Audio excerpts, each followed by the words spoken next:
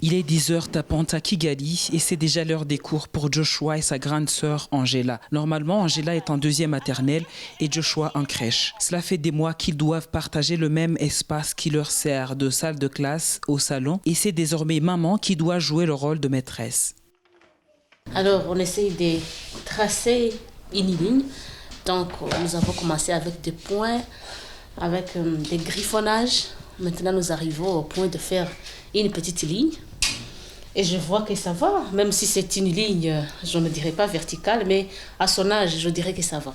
Ah, comme tu l'as vu, c'est un peu difficile. On doit faire la gymnastique avec lui. Mais quand même, il peut se concentrer, ne fût-ce que 10 minutes seulement. Et après 10 minutes, il a envie de jouer, on joue, on saute et on revient. C'est ça. C'est l'ambiance de la maison. Donc, c'est l'école à la maison, c'est pas comme à l'école.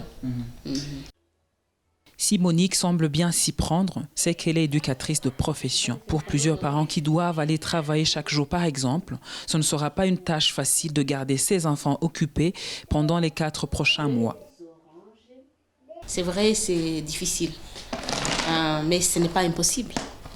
Pour moi, j'ai eu la chance puisque je suis éducatrice, mais pour les autres parents qui n'ont pas de notion de l'enseignement, de l'éducation, c'est un peu difficile. Il faut seulement qu'ils se renseignent. Parfois, je trouve des voisins qui viennent me demander que faire, comment est-ce que je dois aider mes enfants. Alors, c'est difficile, mais voilà, on doit s'adapter. Les écoles ont été fermées depuis le 14 mars, date à laquelle le Rwanda a enregistré son premier cas de coronavirus.